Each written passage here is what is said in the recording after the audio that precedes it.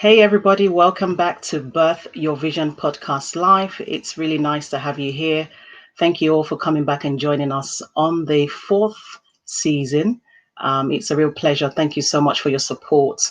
Welcome back. And, I'm the founder of the All Women's Network, a networking hub where women in business collaborate, they connect and generate referrals. I'm also a multi-winning award entrepreneur. I'm a coach and a mentor, a connector, and also a transformational coach. So it's a real pleasure to have you here today. You know, the benefits of this wonderful podcast, it's really about supporting women in business as well as, supporting the aspiring women, also giving them inspiration, advice, and support, as well as tips in terms of growing their business and being visible and building their own network. So today I am so excited. I have an amazing guest with me, the wonderful and delightful Cllr Bright. And today we're going to be talking all about, how you can actually use the power of giving back to your community through creative writing.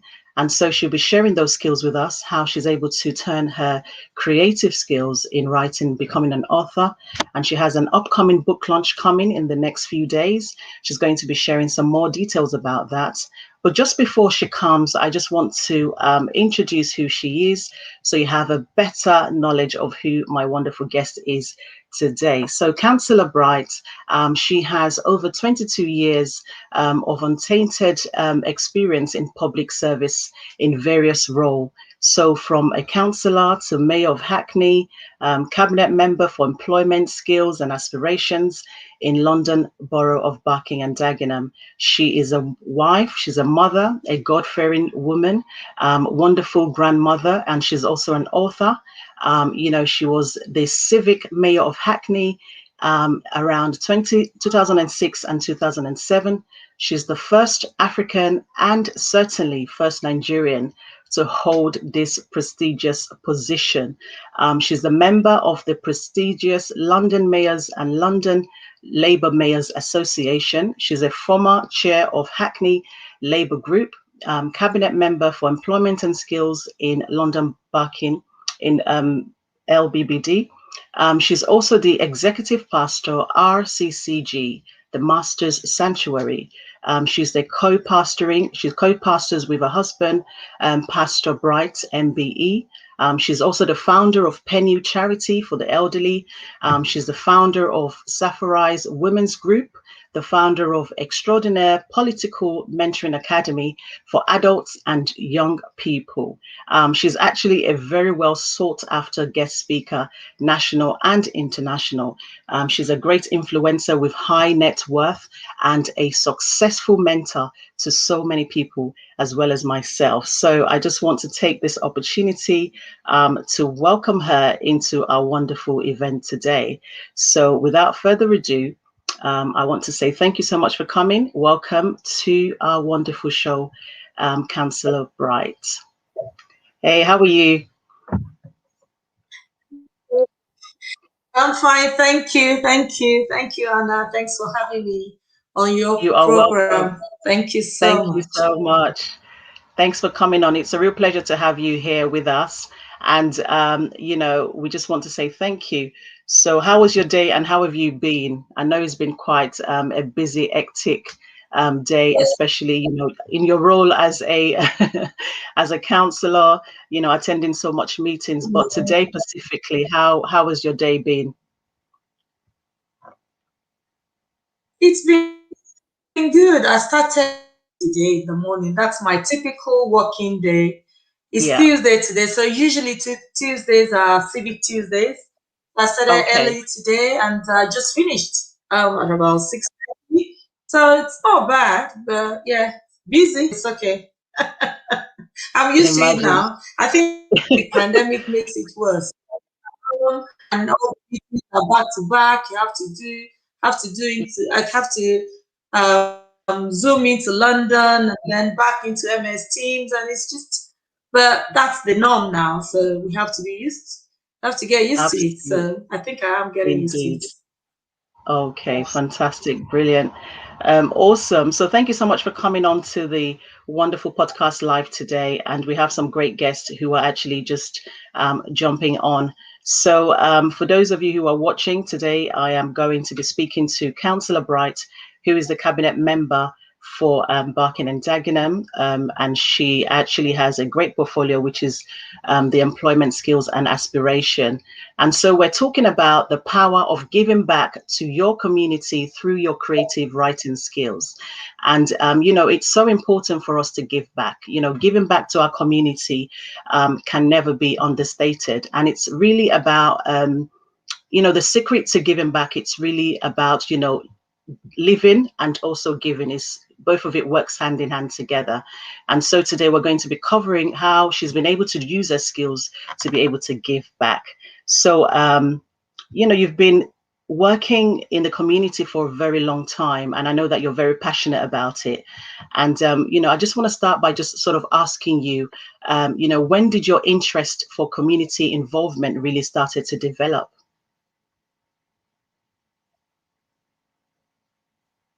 Okay, thank you. Community development, as we know, is the power to bring positive and measurable change to our communities. So my community interest started back in Nigeria, actually. When I went to serve, there's what you call the National Youth Service Corps. And I was posted then, I remember, to Shagamu, one of the states in Ogun State, a state in Ogun, in an area in Ogun State, Shagamu. And I served with the MAMSA, and that's where my community involvement developed, because I worked at the local government, and over there where we had to do everything. We helped with the schools as youth workers. We were going into schools, we were going into communities, we were disseminating government information to rural areas. I worked with MAMSA on the Jerry Ghana. So that's where looking at the fact that I could give back to the community, look at the fact that I could speak to, I made so many friends, I was able to empower women, I was able to empower young people. I started a community outreach for women, which is still standing up till today. So that's where my community engagement started from. So when I came to England, I think it was easy for me to pick it up where I left it. And so working in the helping those who need help, because not everyone can help themselves. So being involved in the community, showing people the right things to do or the right way to do it, I think it's something that has really given me pleasure. And so my community involvement and development started from Nigeria. But when I came here, it was easy for me to just pick it up where I left it, and then started working in the community of Hackney. As that was where I settled in, started in Hackney, was helping people to complete application forms. I was helping people to find employment. I was doing career counseling. I was also doing legal counseling. In the church that I belonged to at that time, I actually became head of the career counseling, head of community. That's how it I was. The community, helping people, making sure that people knew the right things to do, getting themselves involved, and also involving other people as well within their community, making sure that that our involvement was total. If you had children, you were advised to be part of your local community in the school, put yourself forward as school governor. So I did so many things in the community, and I'm still in the community. My whole family is community. My husband, I'm sure you know, also worked in the community as a teacher, and was given an MBE for his services to education, working in the community. So we've always the Bright family is a community family. So that's how we are, and that's been my involvement. And I'm still in the community because I'm a councillor now and I'm cabinet member. So yeah, I don't know if I will leave the community. I think I'm part of the community, and yeah, that's the involvement. Fantastic. I love the fact that your involvement started way back in Nigeria, and is actually manifested into what you're now doing, becoming a councillor, and becoming the former Civic Mayor of Hackney. Can you share maybe some few meaningful ways on how people can actually engage and empower others in the community using their skills? Why? Meaningful ways. There's so many ways involved, even in the community. You can become a governor. You can become a counselor. You can become a school governor. You can become an activist. You can become a trade union representative. You can set up women's group, just like you, Anna. You've got a women's group. I mean, you can help to mentor. You can start coaching. So many ways. Those are some of the things you can. You can even start a book club. You can start a women's group. Like I said, I've set up women's group. I've got a mentoring scheme that I run. You can become an advocate for people. You can join the Citizens Advice Bureau. There's so many things you can even help even in your school, the school of your child. You can become a parent governor.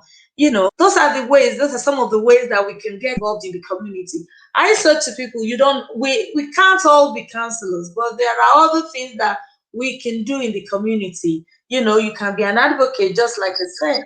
You can help the elderly in the community. You can help to get their medication. You can befriend them. You could do so much, even with the elderly. You can advise young people. You can take them out for a walk. You could adopt a neighbor. So many things you can do in the community. So those are the things that you can walk young people to school. There are some young people that can't walk on their own. You can actually approach their parents, maybe they're working parents, to say that you want to help walk the children to school every morning and walk them back from school. So those are some of the things that you can do. You mow your neighbor's garden, especially if they're elderly. You can do that. You can offer healthy living, healthy exercises in the community for free. These are some of the things there's so much we can do in the community. You can raise funds for charities. You can raise funds for Penny. You can raise funds for the council charities, do coffee mornings, so many things we can do in the community. You can foster and shelter animals. Those are some of the things we can do in the community. You can donate. You can attend, take the pictures in those community events and donate back to the community or to the town hall. These are some of the things we can. There's so much we can do. You can speak. You can be the voice for those who can't speak for themselves. You can advocate. You can help those who are helpless. You can help to complete forms, help to fill forms, help to look for jobs. So many things you can do in the community. Absolutely. I think you've definitely given us so many options in terms of those who are actually watching us now. You can donate well. Yeah.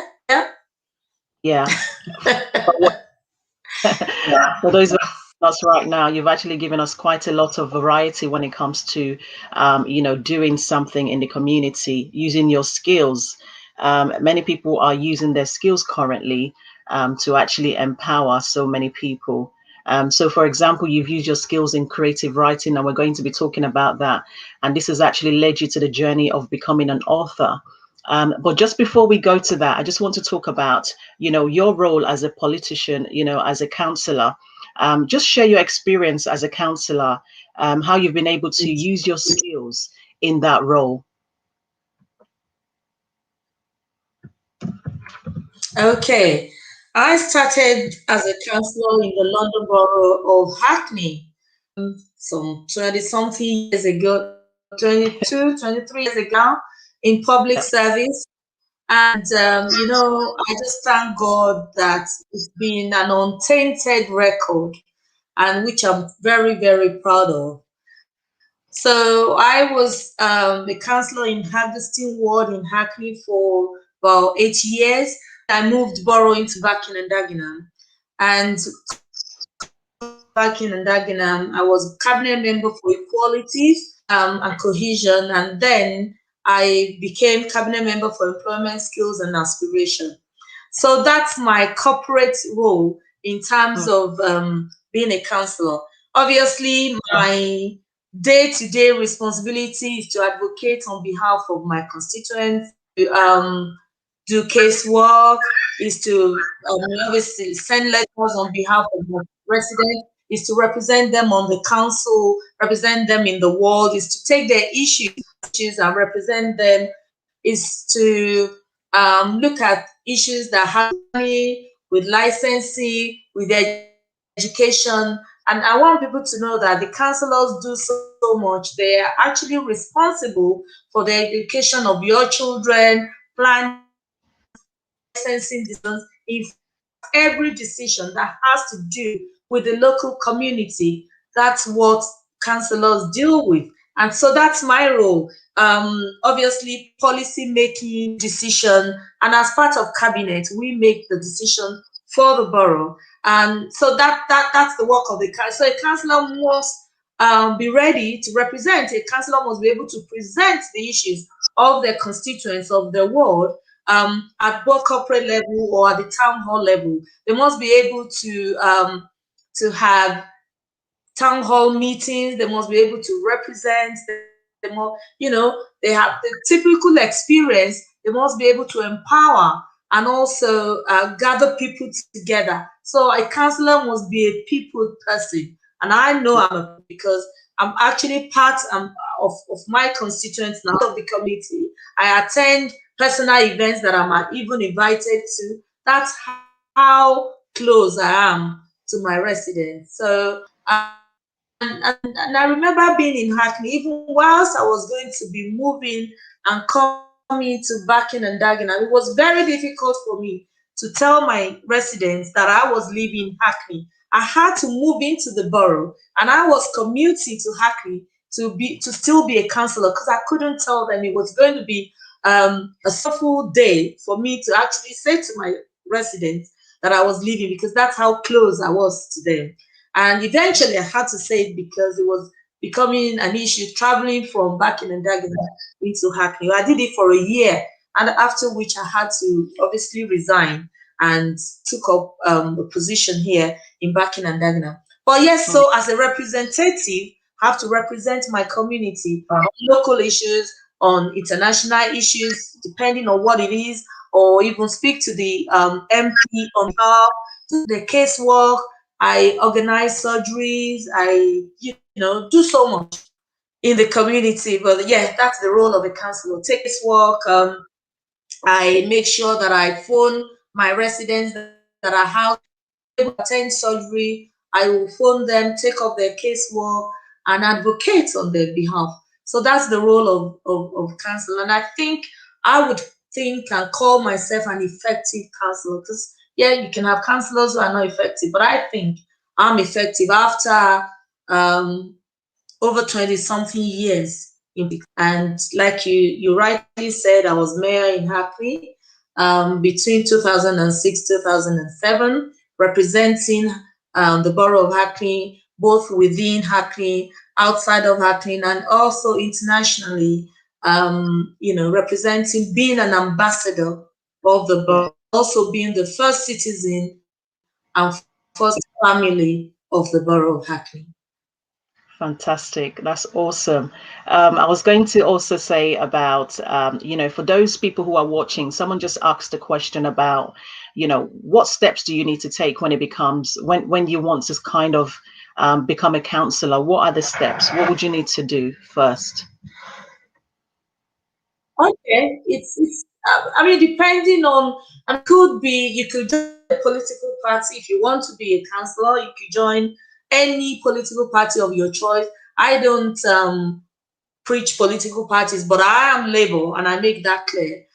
So you can join any political party of your choice, but you can also be an independent councillor. So you could stand on your own without joining any political party. But if you want to join a political party, I think the first thing to do is to register with whichever party is of your situation. So if it's Labour Party, obviously is on the internet. Every of the parties have the information on the internet, and all you need to do is just their forms and be accepted as a member, and then start working with them, distributing leaflet, helping to campaign. It's very important for you to have campaigning strategies, campaigning interest in campaigning, because you really can't win an election if you don't campaign. And that's part of the part of the part of the political party. Or if you want to be an independent, you can be an independent. You don't have to go to any party for you to stand as a councillor. You can stand on your own. But that's the simple. So get on to the internet, Google Labour Party or any of the political parties, get the application form, register for that, and they would accept you, send you a letter, send you a card, a membership card, and that's it. And then you start to obviously attend meetings in your local area, attend your local ward meetings, and then you can attend your PPs. Obviously your constituent meetings where your councillors would be, and your MP. So that's just the simple step to joining a party. And like I said, you don't have to join a party to be a councillor. So you can just put your name forward. The next general election, I think it would be next year for those of us in Buckingham. So yeah, that's the simple step. And then you start attending meetings. Important you start attending meetings and helping to campaign. So when you put yourself forward, it's easy for people to have known you and know that you are an active member of the party, or that you are active yourself in whatever you want to do. So the visibility is important if you want to be a councillor. Fantastic. Yeah, I hope that really answers some of the questions in regards to being a councillor. Someone like yourself, I'm sure you have, quite a number of role models who actually inspires you. So, who are the people that actually inspires you, that you get the inspiration from, your own mentors? Could you share maybe one or two with us as well? Right. I think I'll share one. And I think I know who that is. I find inspiration in a variety of people and in a variety of things, actually. But I think the person that really inspired me was my grandmother. And I'm sure a lot of people would have heard me talk about her, to the fact that I named a charity after her. So my grandmother looked after me. My grandmother was the person that I had me as I was growing. She's obviously of blessed memory now. She's always on her face. She always believed in me. She's always believed that there was nothing I couldn't achieve. She loved everyone that was around her. So that was the inspiration. That was my mentor as I was growing up. She was not my role model. She was to the people around her. So I would say is my grandmother. Obviously, yes, my husband as well, I would say is an inspiration and also a mentor, because when you look at his life, the fact that he's always given himself certainty. I met him as a community person, and he's still in the community. He got an MB from working in the community. So he is a mentor and a great inspiration to me. But I would say that my grandmother was the greatest inspiration that I have. Yes, there are so many, and I think there are other aspects of people actually name a topic. There's so many people that inspires me, but my greatest and my real role model is my grandmother. Fantastic. Awesome. I know that you've just mentioned about the Penny charity. If you just want to tell us a little bit about it, the idea behind the charity and what does it do? Right. The Penny charity, I'm just going to read it out a bit. The Penny Charity is a charity registered in England and Wales, and we became a charity in 2016. Obviously, before then, the community as a community organization, we started in Hackney. I remember I was the mayor of Hackney in 2006, 2007. Yeah. And in my mayoral year, I supported the Infant Joseph's Hospice. And that's where the urge to support the elderly came from, apart from the fact that I'd always wanted to have a charity and to name it after my grandmother, who passionately looked after me when I was young. So the Penny Charity was born out of the love for the elderly, and is to promote the good health and well-being of the elderly. Like I said, we became a registered charity in 2016, and we've been going from strength to strength since then. During this pandemic, Penny Charity did a lot, especially for the elderly. We were moving to relieve, to promote the good health and their well-being by charitable means. We will take obviously goods to the elderly homes. We were looking after them. We do coffee morning. We would do nitty naughty with them, exercise classes with them. We would take them out. We had fundraising events with them. We had fundraising dinner with them. Celebrating maturity was one of the events, highlights of our events yearly. Obviously, we couldn't do it this year because of the pandemic. So that's what Penny represents. Anything to make it easy for the elderly, to create an intergenerational relationship between the elderly and the young. That's what we represent, and we've been doing that now. Yeah, that's about Penny. Penny is a charity registered, like I said, in 2006, helping the elderly, making sure that everything about them is okay, that they are okay, and that their dignity is intact. That's what we do. Absolutely. I know I've also kind of supported Penny Charity as well in the past, doing some presenting skills, and also, supporting the work that you do with Penny Charity, supporting the elderly. I mean, it's really commendable to you and your team. So well done on that. Congratulations, and I wish you all the best in terms of Penny Charity. It's so important that we continue Thank you. to use our skills to be able to, make an impact within the community that we live. And so, I am excited about your launch book, your book launch coming up, on the 7th of February. And I just wanted to basically, allow you to really talk about that. I want to start by kind of looking at, your passion when it came to writing. Where did that passion, actually manifested from?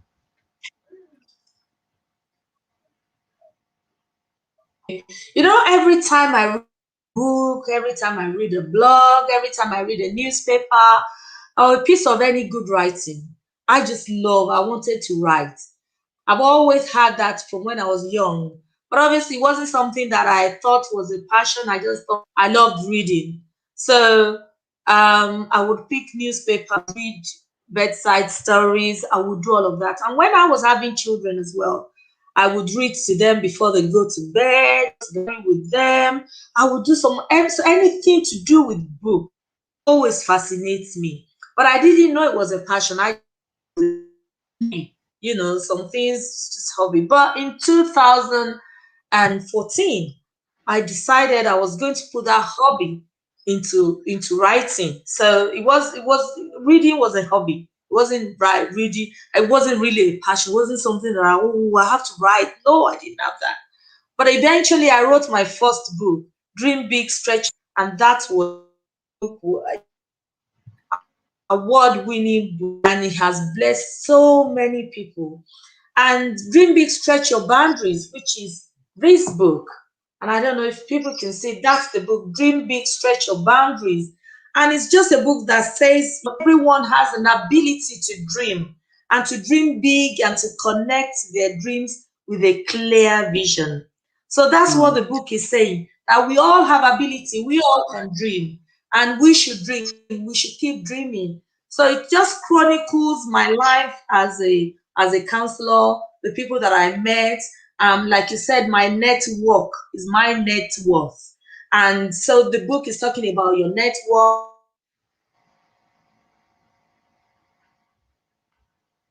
Is more of a motivational book telling you or telling anyone that you can do anything. Your background does not determine where you will be. You can be anything. You can be great. It does not matter where you're starting from. You can be great, and your impossibilities can become possibilities. That's what the book is saying. You have a purpose. You have a niche. Everything that you have, let it be created, let it come out, let it come alive. Boost your dream. That's what the dream big is talking about. So that's my first book. And then I've now written another book, which is The Beauty of Marriage. I love this one. I really love this one because when you look at statistics, you hear of people saying that obviously marriages are failing.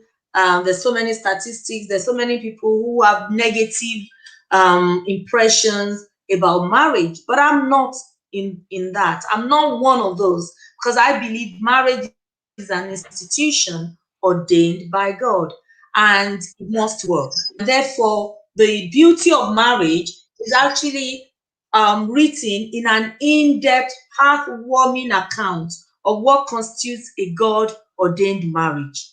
And it's beautifully written. And what I've done is I've looked at a range of couples and detailed their personal experiences coupled with positive legacies in this book. So it is a good book. I mean, it tells you what good marriage is. It tells you what to look for, even in your marriage. It tells you the pitfalls in marriage. It tells you about forgiveness and conflict resolution in marriage. It tells you about the secret, the power of communication, power of finance in marriage. So a good book. And I'm just saying that it's one of the books that I love. I just love the book, the power, the beauty of marriage, beauty of marriage. That's the other one, and the power of unceasing. I love this. The power of unceasing prayers. Obviously, this has to do with prayer, and a lot of people ask me, how do you do it? You're a mother, you're a politician, you do this, you're that, you're a politician, you're cabinet member. How do you get on in a day? And that is the power of prayer. I don't know. Once I wake up in the day, I just hand over my life to God. And I just believe prayer for the home. And this is a prayer manual for the home. It starts with prayers for newborn babies. It's actually a prayer book for everyone in the family. I cannot do a prayer. My life can't function without prayer. And therefore, writing the book is one of the greatest things that happens to me. To put my thoughts and my prayer life into a manual for the family is so exciting. But I just want to say some things here also. Sometimes you want to write, you want to do something. All you just need people around you who can say, come on, go for it. Yes, write more books. But even the power of the beauty of marriage and the power of season prayers, I've had it, in the archive for the last 2 years. Yeah. But I remembered Stephanie coming to my home and saying, when are you going to write that book? When are you going to write that book? When are you going to get it out of the way? So I think sometimes you need people out there who might be saying, Councillor Bright, we've been writing books as well. We've got manuscripts somewhere. You know what? I'm telling you, I'm inspiring you this evening that you just need to get it out and start writing. That's how I was inspired during the pandemic holiday. I mean, last time, I think it was the first pandemic, to start writing. And that's how I brought out the manuscripts from where they were hidden, and I brought them out, and now they have become books. So who are you surrounding yourself with? So that can spur you on, people that can encourage you, people that can get you to do something that you may not necessarily think it's time for you to do it. That's how these books came to pass. And yeah. Absolutely. Yes, thank you so much for that. So I was going to talk about your book launch. Tell us more about it, the date, the time, and what is going to be on the agenda on the day as well, so that our viewers can actually attend as well. Oh, brilliant! Thank you. It's next week Sunday. It's 4 to 4:30. We're going to be launching the book. I'm sure if you're there on the day, you're going to hear about my story, more about my story, the passion also behind the book writing, the reasons for the book. And Anna, you will also interview me on the day. There's going to be my MC is Reverend Lade. And it's not just book launch only. I've also got two young people that will be singing for us on the day. They're actually last year's runners-up for the is it long? Well, I can't remember now. But they will be singing for us on the day. And I also have a youngster who will also be singing for us. So it's just going to be just book launch. So it's going to be entertainment. It's going to be fun. It's going to be music and launch books. And I'm asking people to come support. Make sure you come and support as much as you can. I mean, obviously, it's from 4 to 6:30. I'm going to be having the leader of the council, Councillor Darren Rodwell, in support, and some other people from the Christian faith community, from all walks of life, from the London Mayors Association. Yes, I'm having loads of friends. I've promised that they're coming, and I will be looking out to everyone. So if you're I'm using this opportunity to invite you as well. The young people will become. They were runners up in Britain's Got Talent last year, so they will be performing as well on the day. So I'm using this opportunity to invite you to my book launch on Sunday, the 7th, at 4 to 6:30. And so see you there. Fantastic, awesome. So I'm going to be sharing that link to our viewers so that they can actually attend on the day as well. And I wanted to ask you about sort of like any advice for anybody watching right now who may want to actually use their skills to support their own community. What advice would you actually give them? I would say just go ahead. Yeah, I would say obviously there's so many things we can do in the community. Just like I said before, you could adopt a neighbor, you could help someone out there, you use your skills, even your presentation skills to help people, use your talents in the community, be a voice to the voiceless, make a difference in your community, have a positive impact, make someone happy there. And what you can do, be a community advocate. You can be a magistrate, register meetings, attend police meetings, health meetings, become I mean, even start a club in your communities, start a healthy eating club, or even start a healthy exercise club. So many things you can do. Be part of your, I mean, in I don't know if you know that even in your local surgery, your GP surgery, you can register to become a patient participation group. And I'm actually a patient participation group in my local surgery. A lot of people still don't know that. You could put yourself forward, helping to decide how your GPs treat the patients. You would have an input in how GPs treat you and other patients. A lot of people still don't know that. So there's so many things you can do. Like I said, help an elderly, register to help an elderly to collect. You can do all of this to collect the drug. Volunteer, donate blood. So many things you can do. Shop local. And as cabinet member for Employment Skills and Aspiration, I'm urging everyone watching me that you should shop local. Wherever you are, shop local. Spend the money in your local area. Don't go away. Spend your money there. Attend local meeting. Up in your area. Organize a street cleanup. If you have a lake around your area, organize and clean it. Go to schools and clean a garden. Join a healthy lifestyle club. Affordable homes. Volunteer your service. Do all this. These are some of the use our talents to do in the community. Write a book and share it.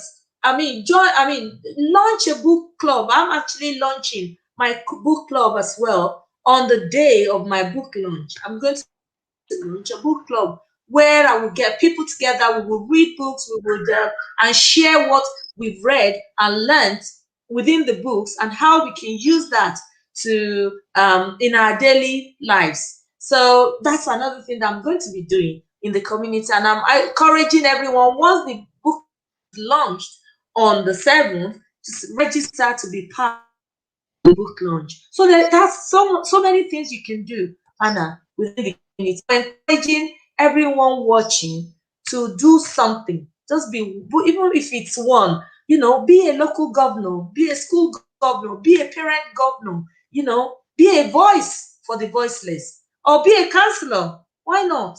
Be an MP, put yourself forward.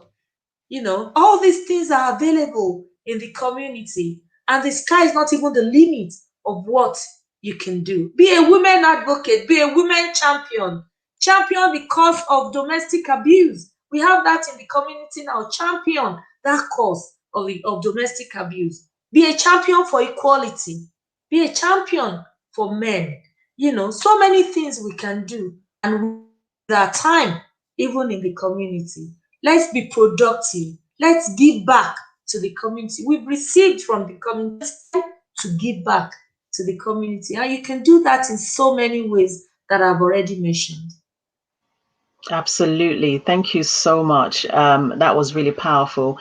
To some of our guests who are watching us, they are actually agreeing and saying that, yes, it's important for us to use our skills and to use, the opportunity for us to volunteer within our community, which is really good. Thank you so much, Councillor Bright. Just to buttress what you've just said, there are so many important courses out there, that it's always needing someone, needing volunteer to help put, some type of inspiration into the mix, so you can actually, do so many different things, whether you're passionate about advocacy, whether you're passionate about animals, whether you're passionate about gardening, anything that you are passionate about, and you want to actually support your community, then you can take the first steps by going to, to the libraries, or maybe to your local town hall, and just ask them about information in regards to what's going on and how can you, offer your support, for your help, your own contribution, your own participation, get involved. And this is where many of us started from, actually giving back and supporting the community that we live in. And absolutely, I totally agree with you, Councillor Bright. And also, I wanted to actually ask you about, your hopes and aspirations for those who are going to be reading your book. What do you want them to gain from this? What are the benefits of reading this book? I think if I take the books individually, if you're going to read my book, Dream Big, Stretch Your Boundaries, that's about leadership. That's telling you that you'll be a leader.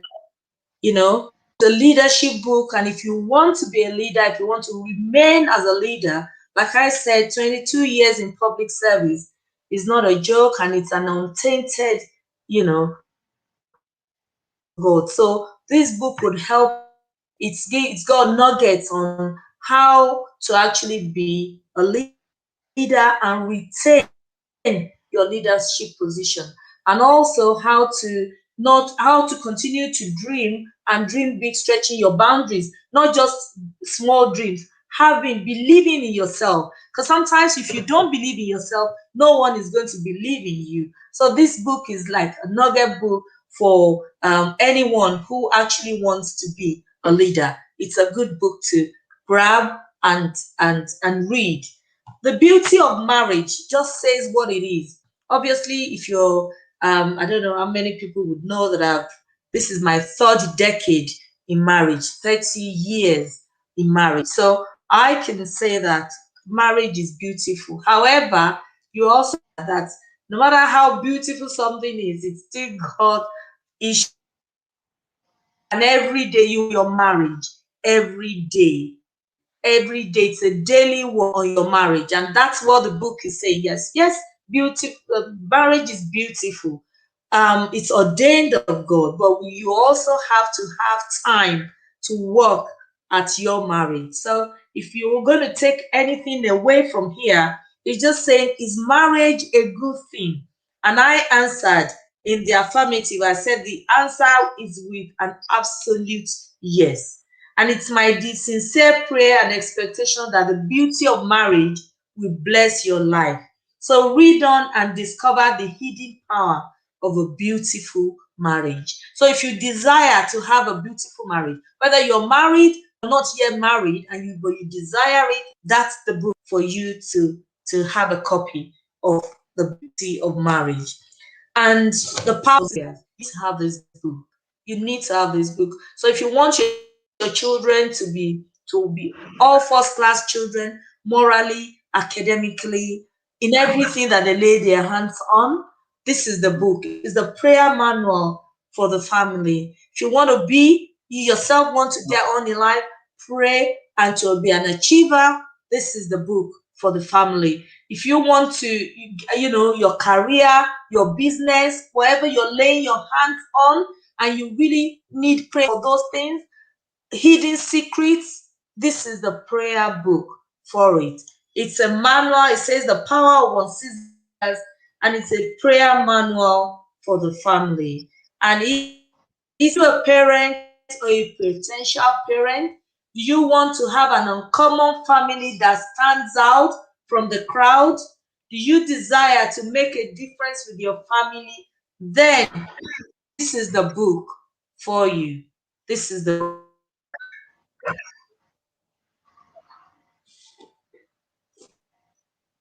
Thank you so much for that. Really appreciate it.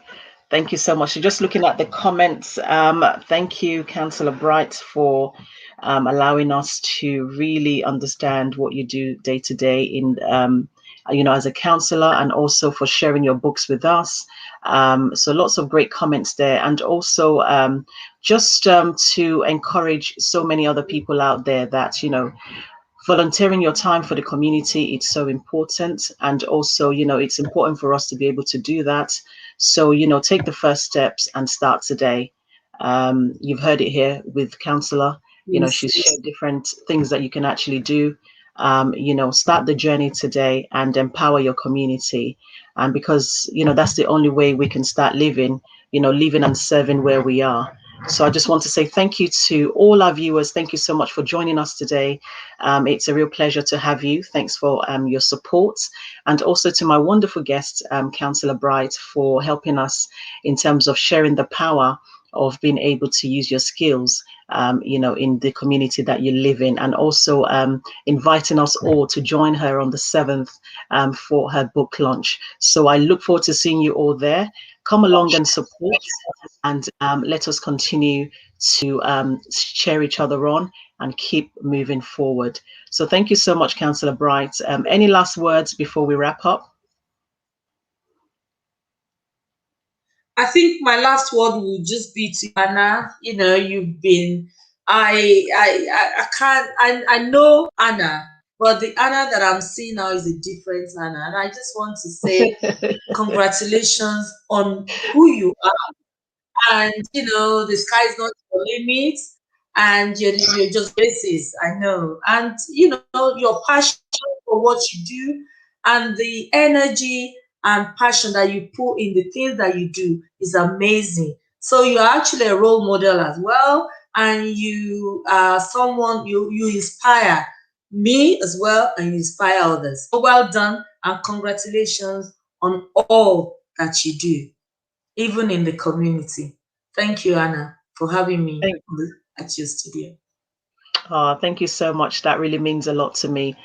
You also being a role model as well. So it's really amazing that you're here today to be able to actually join this wonderful vision of mine. So it's really, really amazing to always have you. And thank you so much for your support over the years in cheering us on and always being there for us. So thank you so much. It's really a pleasure.